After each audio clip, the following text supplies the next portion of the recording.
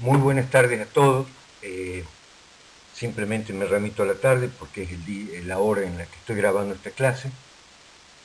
Entramos a la unidad 2 del programa, el cual, como ustedes verán en el programa y en el cronograma, hace alusión a genética y experiencia en la determinación y la modulación del comportamiento.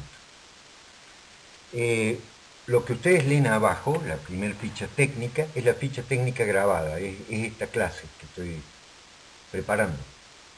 La segunda, que van a encontrar en la carpeta de teóricos, como se les indique, es la ficha técnica, esta misma clase, en formato PDF. Recuerden que eso es obligatorio. Y recuerden también, por favor, que escuchar las clases es fundamental para que después puedan sacar buen provecho de la ficha técnica que está en formato PDF. O sea, tienen que estudiar el formato PDF, pero para lograr una mejor comprensión de todos los conceptos, por supuesto, estas clases grabadas son necesarias. ¿De qué vamos a empezar a hablar? Les comento que voy a dar dos clases, la clase teórica 4 y la clase teórica 5. Aluden al mismo tema, nada más que para hacer los archivos un poco más livianos, lo hemos dividido en dos clases. Básicamente de lo que vamos a hablar es ya empezar a tocar aspectos de plasticidad del sistema nervioso central. Cómo la genética determina comportamientos, pero a su vez cómo la experiencia puede modular ese bagaje genético a través de aprendizajes que pueden ocurrir en periodos críticos o sensibles, ya les vamos a explicar de qué se trata, una y otra cosa. En última instancia, la conjugación entre lo que traemos en el bagaje genético, lo que nos aporta la experiencia en ciertos momentos críticos del desarrollo, para conjugar comportamientos normales y patológicos. De eso vamos a estar hablando. Antes que pasar a la próxima diapositiva, mi saludo a todos y siempre esperando que se encuentren muy bien y que estén cuidando a todos los demás. Para comprender mejor el marco sobre el cual voy a hablar, el contexto conceptual de que voy a hablar, me parece prudente que primero conozcan algo de etología. Las tres personas que tienen en la fotografía son tres premios Nobel dados en 1973 en Fisiología y Medicina, pero ellos pertenecen básicamente a las ciencias biológicas. Y el premio Nobel fue otorgado a Tinbergen, von Frisch y Lorenz por sus descubrimientos relativos a la organización y desencadenamiento de patrones de comportamientos. Son los que realzaron la etología. Ya vamos a ver qué es la etología. Los conceptos en general están bien definidos y por lo tanto solamente los voy a reiterar cuando sea necesario o hacer una explicitación de los mismos.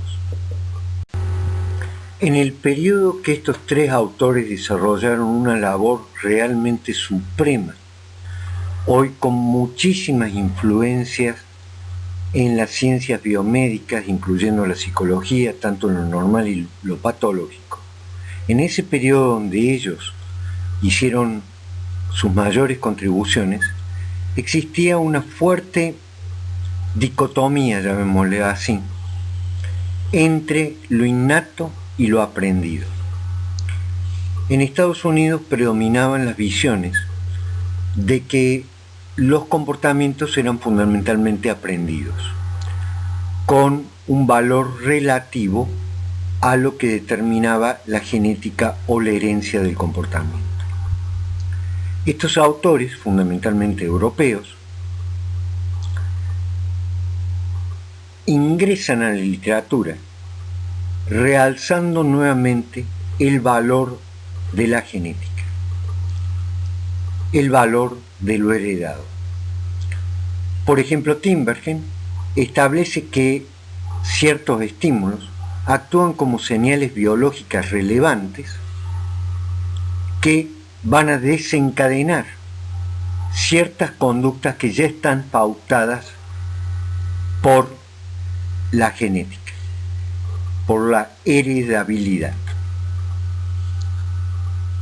De acuerdo a él, los instintos se basaban en sistemas neurológicos organizados en forma jerárquica, teniendo una misma fuente de motivación.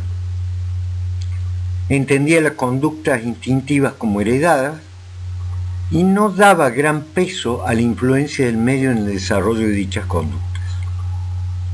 Sin embargo, en sus descubrimientos, consideraba que algunos comportamientos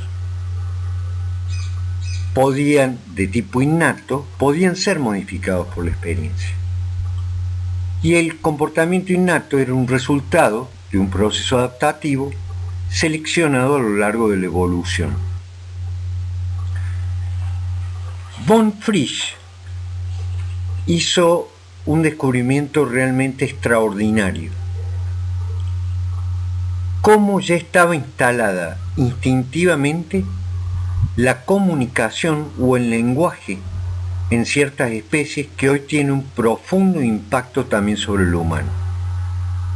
Él trabajó con abejas y cuando una abeja encuentra el néctar, le comunica a sus congéneres, a sus compañeras, cuáles son las áreas ricas en néctar para que toda la colmena o las abejas dedicadas a eso puedan ir y buscar el néctar y traerlo a la colmena.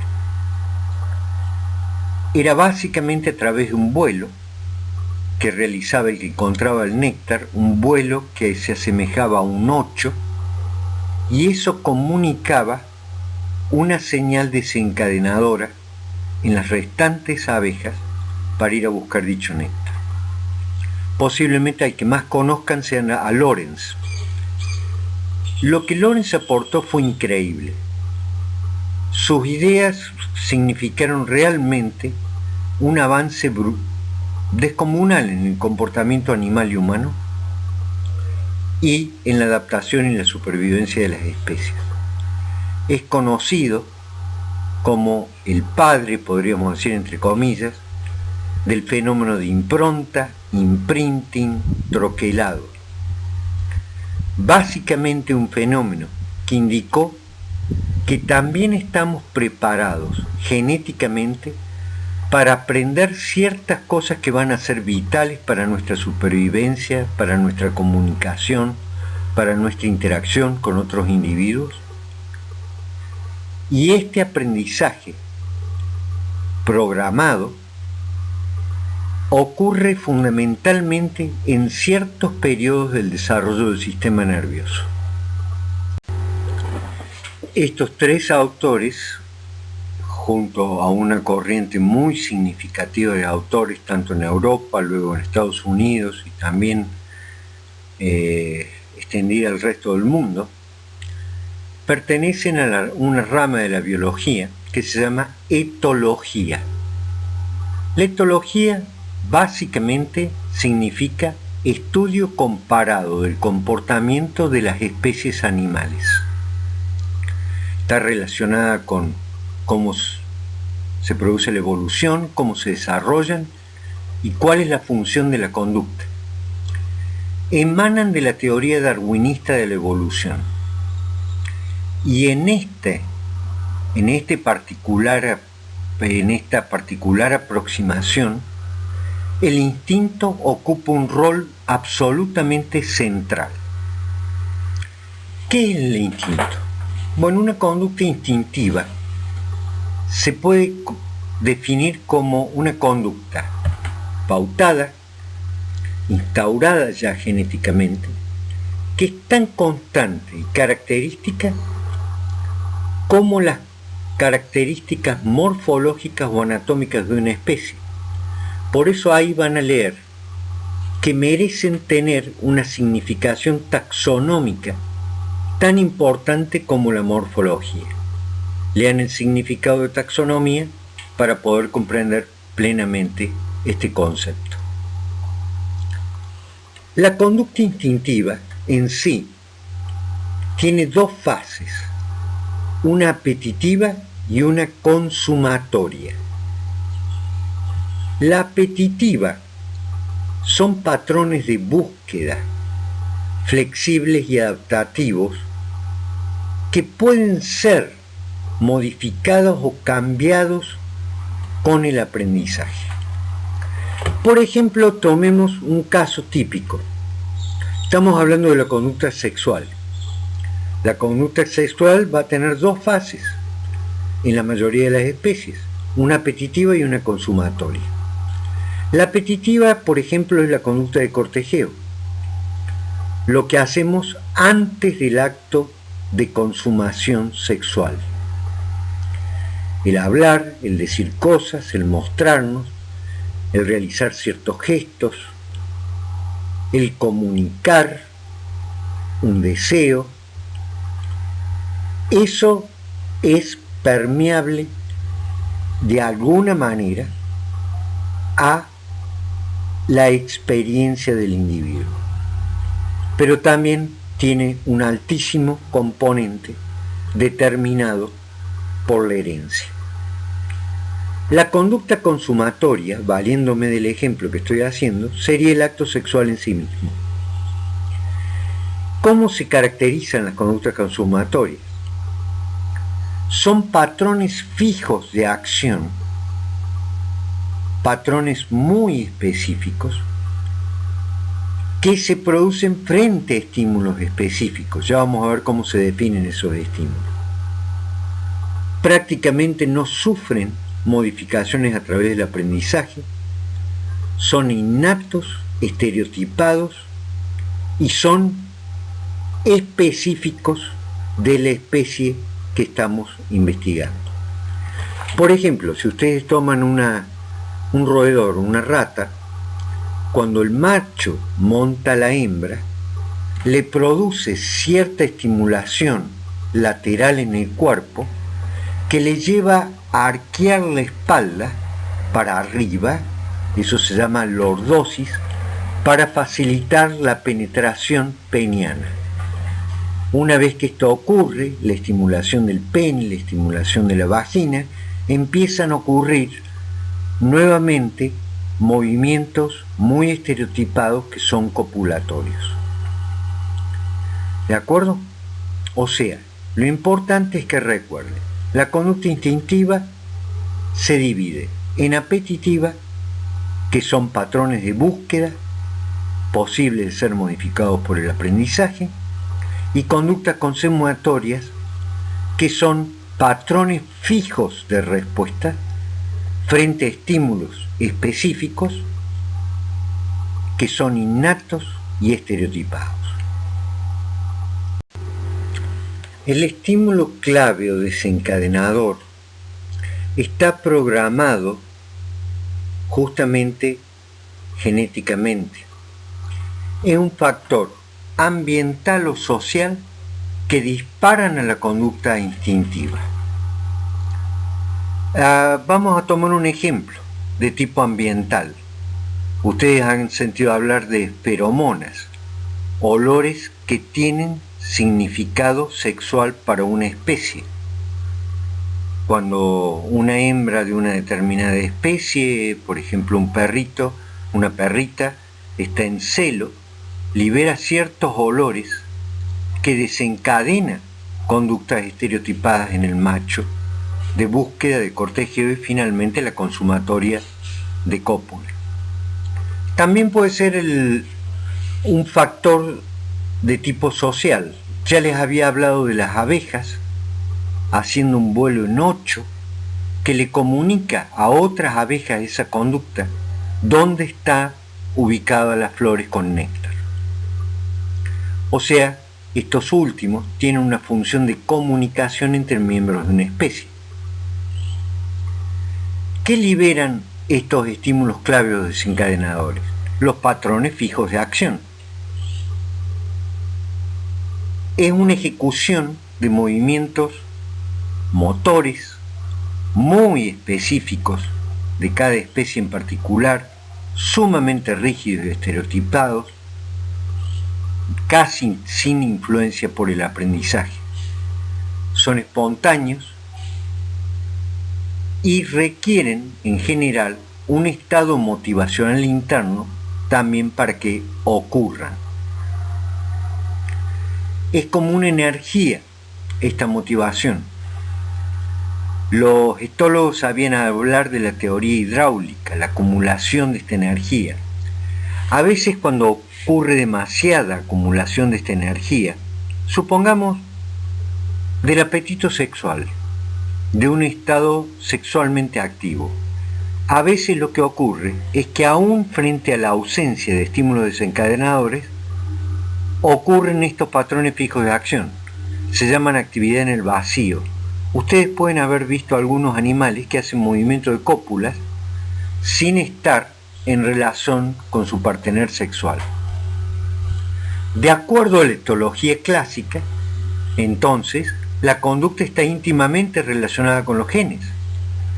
Tanto los estímulos biológicamente relevantes como las conductas que desencadenan. Estos genes se han modificado a través de la evolución para enfrentar entornos particulares o situaciones particulares. Ya en la clase de genética que dictó el doctor Carlos Arias, habló de epigenética, una disciplina de relativo reciente desarrollo que ha modificado muchísimo nuestras concepciones rígidas acerca de la herencia, el aprendizaje, etc. Estas dicotomías. Esta disciplina alude a que sí hay factores que pueden afectar la genética, fundamentalmente modificando la expresión o no de ciertos genes. Estos factores son principalmente condiciones del entorno, del ambiente, y van a modificar procesos, reacciones químicas que llevan a que la información contenida en los genes se exprese o no. Como verán, es una interacción entre la genética y la experiencia. Repito en esta diapositiva el concepto de patrón fijo de acción, así lo tienen bien presente. Y les voy a dar dos ejemplos al respecto. En el gráfico de la izquierda hay una gansa que está incubando sus huevos. El investigador le retira un huevo y se lo pone a cierta distancia de su cuerpo. La mera presencia del huevo, su forma, su color, actúa de estímulo desencadenador innato, que produce un patrón fijo de acción muy estereotipado. La gansa se para y con la parte ventral de su pico lo va arrastrando nuevamente hasta el nido. Ahí han visto el estímulo desencadenador y el patrón fijo de acción llevando al anidamiento. En la derecha ven la foto de un bebé frente a su pezón materno.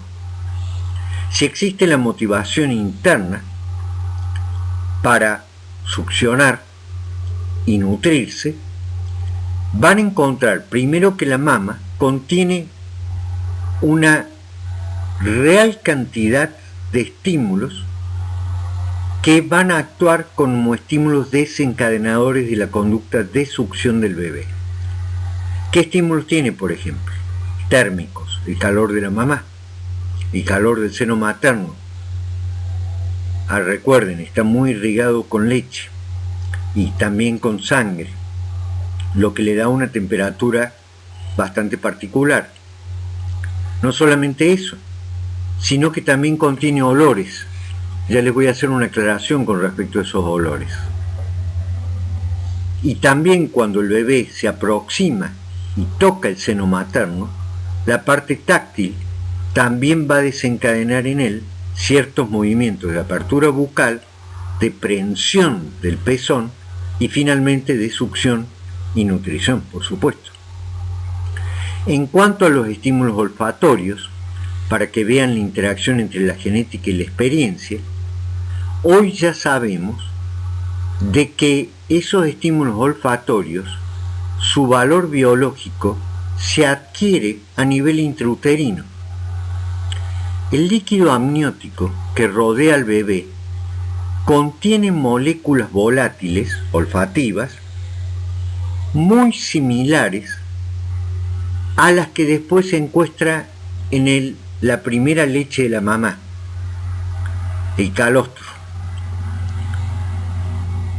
Y ese calostro tiene a su vez moléculas volátiles muy similares a la leche.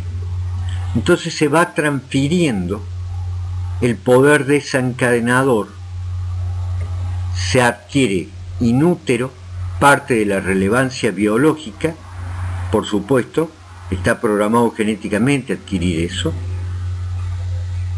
Después se reconocen las mismas sustancias en el calostro que luego se reconocen en la leche materna. Ahí tienen una interacción entre la genética y la experiencia en cuanto a estímulos desencadenadores.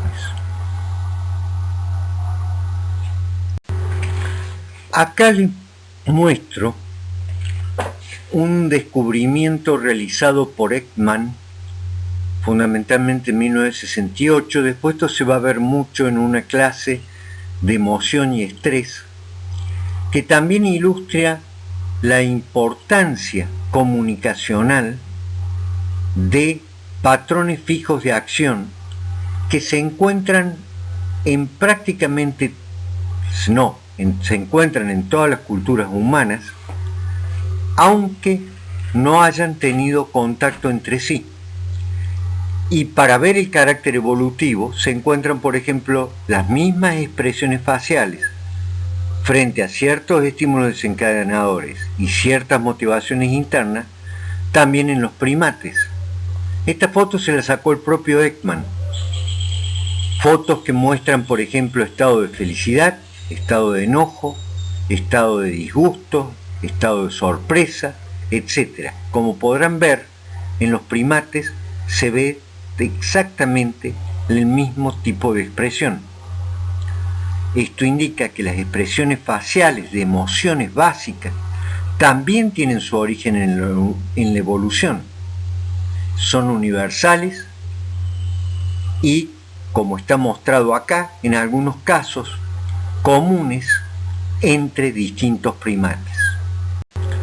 Para completar el ejemplo, les comento que Ekman y Friesen describieron 6 respuestas faciales con contenido emocional que no requieren de aprendizaje alguno, están presentes en todas las culturas, en todas las etnias, todas las razas, y básicamente también se pueden observar en niños que son ciegos desde el nacimiento, que no han tenido la oportunidad de aprender la gesticulación que hacen los adultos, ni siquiera por el tacto. Si se van al cuadradito de la derecha, ahí están mencionadas cuáles son estas 6 expresiones que ellos originalmente identificaron. Hoy se creen que son muchas más, que oscilarían entre 8 y 12. Pero empecemos con el primer cuadradito de la derecha, cuadradito superior, dice anger. Anger quiere decir enojo. El de al lado dice disgusto. Disgusto o asco se podría traducir. El de al lado dice miedo. Pasen a la hilera de abajo y van a ver felicidad, tristeza y sorpresa. Como les dije, estos son patrones fijos de acción que no requieren aprendizaje y que marcan la importancia comunicacional que nos brinda también el bagaje genético que traemos. Dados estos conceptos, ahora sí entramos de lleno a la íntima relación de la genética y la experiencia. La genética, la evolución, también nos programan para adquirir información en ciertos periodos críticos o sensibles, para establecer relaciones con objetos, otros seres de nuestra especie, o incluso para establecer ciertos comportamientos. Hay improntas de objeto y hay improntas motoras. Ya les daré ejemplo de los dos. Las dos fotos de la izquierda lo tienen a Konrad Lorenz siendo seguido por unos gansitos con los cuales él interactuó poco después que hubieran salido del huevo. Básicamente, este aprendizaje está programado genéticamente con un fin evolutivo lógico. El ser que va a estar cerca de ellos en el momento del nacimiento seguramente va a ser la madre, un miembro de su propia especie que les va a procurar todos los medios de supervivencia y de protección. En este caso, Lorenz interactúa con los polluelos en ese periodo crítico, reemplazando a la madre. Y fíjense cómo los patitos se alinean, los gansos se alinean y los siguen como si él fuera la madre. Es más, esto va a tener un impacto incluso en la conducta sociosexual de estos gansos más adelante en la vida. Por ejemplo, en ciertos momentos evolutivos, con cierta motivación sexual, van a hacer movimientos de cortejeo con Lorenz. Ya van a ver que no afecta a todos los comportamientos de la especie, solamente a algunos. En los cuadraditos de la derecha también les muestro impronta entre especies. El de la derecha superior es un perro con un niño.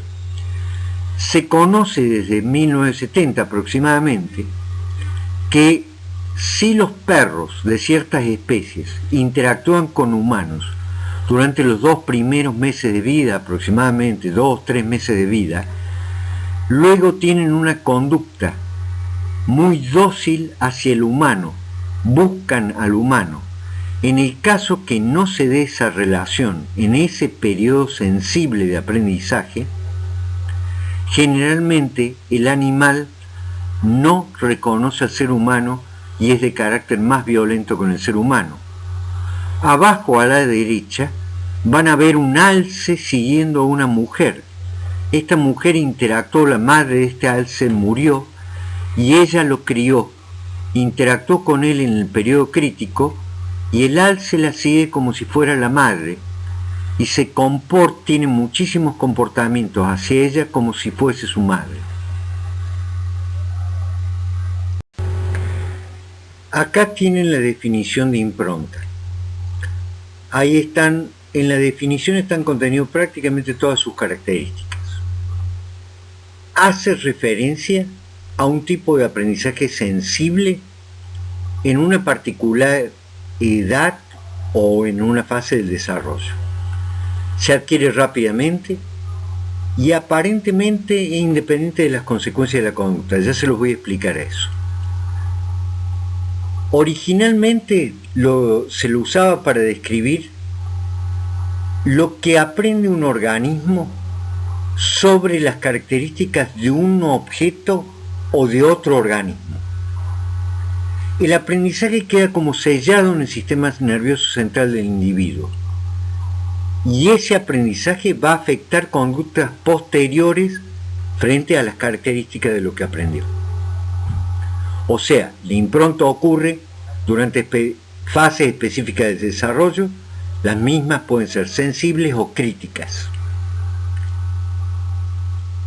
Vayamos a las características esenciales entonces, diseccionando esta definición. Primero, se adquiere muy rápidamente, está programado para ser adquirido rápidamente. Segundo, está limitado a periodos sensibles o críticos, y ahí le hago la diferencia.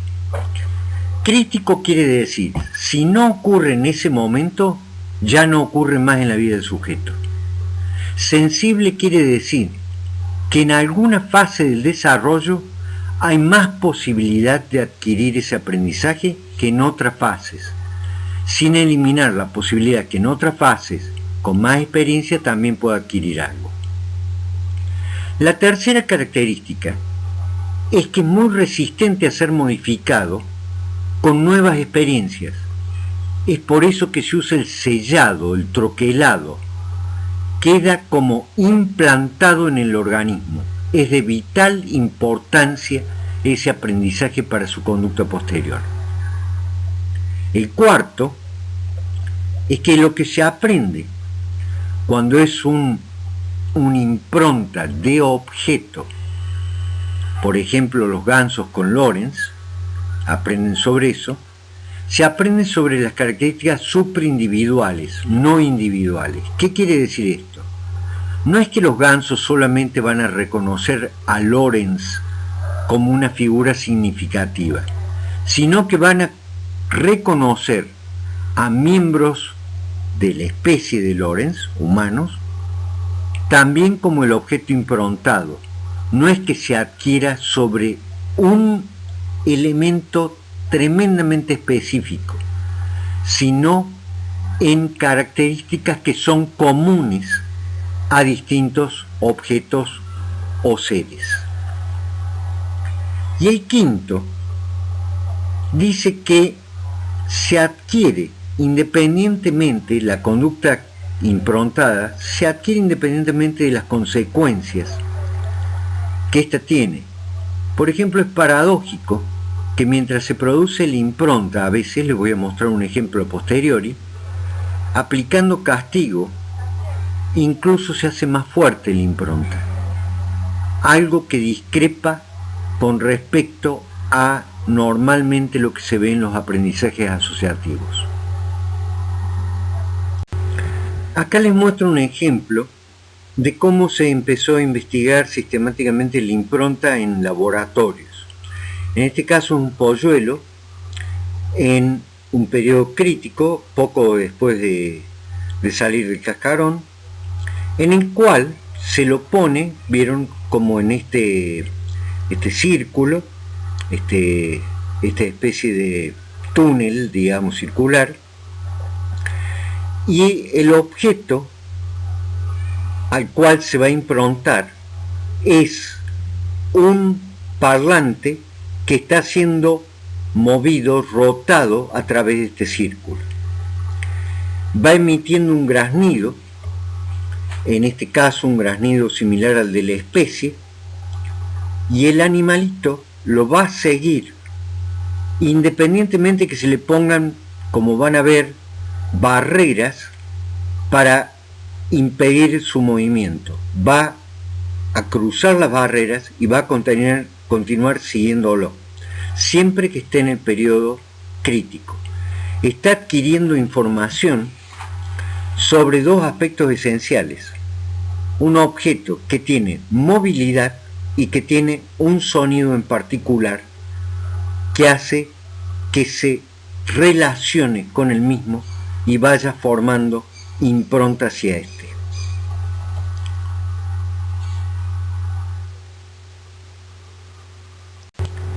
El ejemplo anterior estaba basado en una impronta de objetos, un objeto que tenía múltiples estímulos que producían este aprendizaje de vínculo. Ahora vamos a ver una impronta motora que tiene que ver con el lenguaje. Primero lo vamos a ver en un ave y después lo vamos a ver en seres humanos. Es una especie de gorrión, una subespecie de ciertos gorriones, que va a aprender en ciertos periodos críticos la canción o el canto típico de su especie a través del canto de su padre. Estos gorrioncitos, si son criados en aislamiento y no tienen contacto con eso, van a desarrollar una canción, un canto totalmente anormal. Si durante el periodo crítico incluso escucha el registro de la canción de su especie, lo va a aprender, aún con diferencias de dialectos locales. Cambia un poco la canción en la especie en distintas poblaciones de estos animalitos. Lo más interesante es que solamente puede aprender la canción de su especie. Eso es una impronta motora que tiene que ver con el lenguaje. Veamos si ocurre algo similar en el humano. Veamos si algo de una impronta motora, específicamente en el lenguaje, se da también en el ser humano. Este es un estudio real. Sobre el eje de las X, el eje horizontal, lo que ustedes tienen son edades en las cuales se aprende un segundo idioma. Supongamos inglés, de 3 a 7 años, de 8 a 10 años, de 11 a 15 años o de 17 a 39 años. Sobre el eje de las X, de la Y, el eje vertical, está qué eficiencia o dominio gramatical se adquiere de ese segundo lenguaje en relación al lenguaje original o materno, el que dice native. Native quiere decir el lenguaje nativo o original del sujeto. Por supuesto, se ha aprendido toda su vida ese lenguaje originalmente, el español, digamos. Su dominio gramatical generalmente es muy alto. Bueno, comparémoslo ahora con el aprendizaje de un segundo idioma, ¿de acuerdo? Que es el inglés. Si la criatura fue expuesta, esta es con la misma cantidad de experiencia en el aprendizaje de ese idioma, entre los 3 y 7 años, fíjense que la eficiencia gramatical que logra de ese segundo idioma es igual que a su idioma materno. Empieza a decaer si lo adquirió al segundo lenguaje a los 8 o 10 años, es más inferior a los 11, entre los 11 y los 15 años, y ya a partir de la tardía adolescencia hasta la edad adulta es muy baja la eficiencia gramatical que adquiere con ciertos niveles de experiencia. Lo cual nos está demostrando que hay periodos sensibles para la adquisición también del lenguaje. ¿Por qué digo sensibles y no críticos? Porque, por ejemplo, si ustedes se fijan, de 3 a 7 es cuando más aprende, pero algo aprende de 8 a 10. Entonces, no es que sea un periodo exclusivo de 3 a 7. Con algo de experiencia, de 8 a 10 también va a adquirir algo de eficiencia. Estos estudios se han hecho y hoy se han hecho avances increíbles en relación a los mismos, demostrando que incluso el bebé durante el segundo, especialmente el tercer trimestre gestacional, empieza a reconocer parte de la fonética materna. Las palabras, los sonidos que realiza la madre, se transmiten también por medios óseos, cartilaginosos, de tejidos, líquidos, etc., y llegan al bebé. Por ejemplo, Hofer ha demostrado que bebés expuestos al lenguaje materno, luego cuando inútero, luego cuando son expuestos a la grabación de la voz de la madre, hacen distintos patrones de succión que si son expuestos a la voz de otra madre que tuvo el hijo al mismo tiempo. O sea que ya empezamos a adquirir parte de la fonética a nivel fetal. Les quise traer un ejemplo más reciente para que vean que a lo mejor la investigación científica demuestra que el periodo sensible de adquisición de distintos elementos del lenguaje empieza en la vida fetal. Antes de fijarse en el gráfico, solamente vamos a trabajar con el gráfico B, les tengo que contar lo siguiente. Investigaciones anteriores habían demostrado que en bebés a término, si se hacía una ecografía o una técnica que se llama Doppler, que sirve para registrar la frecuencia cardíaca, se observaba que ante un estímulo súbito, inesperado, por ejemplo la vibración del abdomen materno, con cierto nivel de sonido, el feto hace una relativa taquicardia, aumenta el ritmo cardíaco. Ahora bien, cuando se hicieron estudios sistemáticos y se le pide a la madre que hable pronunciando adecuadamente, el feto hace una respuesta opuesta, se llama bradicardia, desaceleración del ritmo cardíaco. Veamos este experimento lo que nos va a mostrar. Fíjense solamente en el gráfico que dice B. Son mamás que van a un control de ecografía y de respuesta cardíaca del feto cuando ya el feto está próximo a término. Un grupo de mamás se las deja un tiempo considerablemente largo haciéndole los estudios correctos en un ambiente a oscuras, en silencio, sin hablar, prácticamente en un estado de somnolencia o de mucha tranquilidad. Después de pasado ese periodo, se les pide que lean en forma bien, pronunciando bien y acentuando bien, una determinada prosa. Se observa que los bebés que van a ver en la línea superior del gráfico B exhiben una taquicardia, una respuesta de alarma. El otro grupo de mamás son mamás que durante la fase inicial del experimento le están haciendo la ecografía, le están registrando los latidos al bebé, cuando ella está en una habitación iluminada, despierta, en vigilia, interactuando mínimamente con el ecografista. Y también se les pide que lean la misma prosa, con la misma acentuación y la adecuada pronunciación. Estos bebés lo que muestran es una respuesta de orientación hacia la mamá que se expresa a través de una desaceleración cardíaca. Como verán, el feto ya está preparado para discriminar distintos estímulos que lo orientan o lo alarman en relación a la voz materna.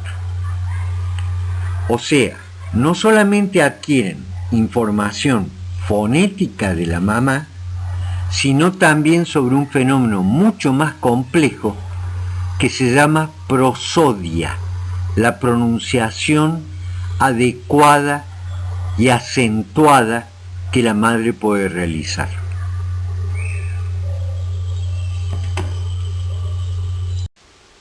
Como en todas las clases, les señalo en la diapositiva final algunos elementos que constituyen la bibliografía obligatoria de la cátedra. Como verán, hay un capítulo de Pinel que trata sobre este tema y he mencionado todas las fichas de cátedra en formato PDF, teóricas y prácticas, que corresponden a esta unidad. Pero también les he indicado que los restantes contenidos bibliográficos de la unidad 2 se encuentran en el programa y van a tener acceso a ellos en clases prácticas o en clases teóricas, en la bibliografía obligatoria. También les he adjuntado una bibliografía de consulta. No les puse toda la que figura en el programa, les puse una que he encontrado recientemente que es muy recomendable para los conceptos de etología y está disponible en internet. Ahí le he mostrado el artículo, el libro en realidad, y tiene como una ventaja un glosario en el cual ustedes pueden perfectamente buscar conceptos tales como etología, estímulos desencadenadores, periodos sensibles, periodos críticos, impronta, etc. Es muy didáctico. Se lo recomiendo, si les sirve, bienvenido sea. Y los restantes contenidos de la bibliografía de consulta están indicadas en el programa. En la próxima clase continuaremos con esta unidad. Ustedes verán que ya en la bibliografía dice también ficha técnica de cátedra, clase teórica 5. Y en dicha clase vamos a abordar otros aspectos sumamente interesantes. Básicamente está centrada en qué pasa cuando en ciertos periodos críticos, especialmente muy tempranos, el organismo está sujeto a una privación materna o tiene estimulación aversiva durante dichos periodos en relación a el tratamiento materno o lo que podemos considerar la díada materno-infantil, la díada materno-filial.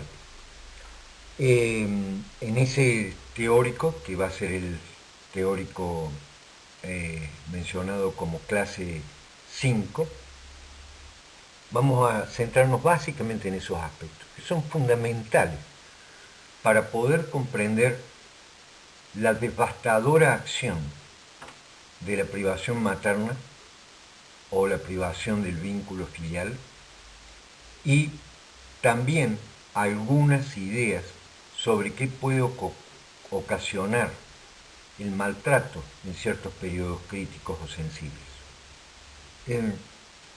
Espero que la clase les haya servido. No me canso de decirles que por más que las fichas técnicas obligatorias sean por formato PDF, por favor escuchen las clases con audio, les van a ayudar en su estudio. Un gusto como siempre, extraño tremendamente la presencialidad, quisiera estar con ustedes, quisiera estar interactuando personalmente.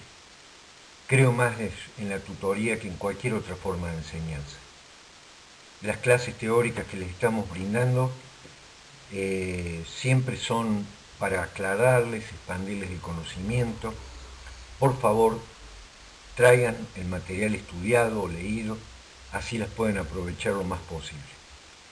Les dejo un abrazo real, aunque en estas circunstancias se denomine virtual. El abrazo entonces.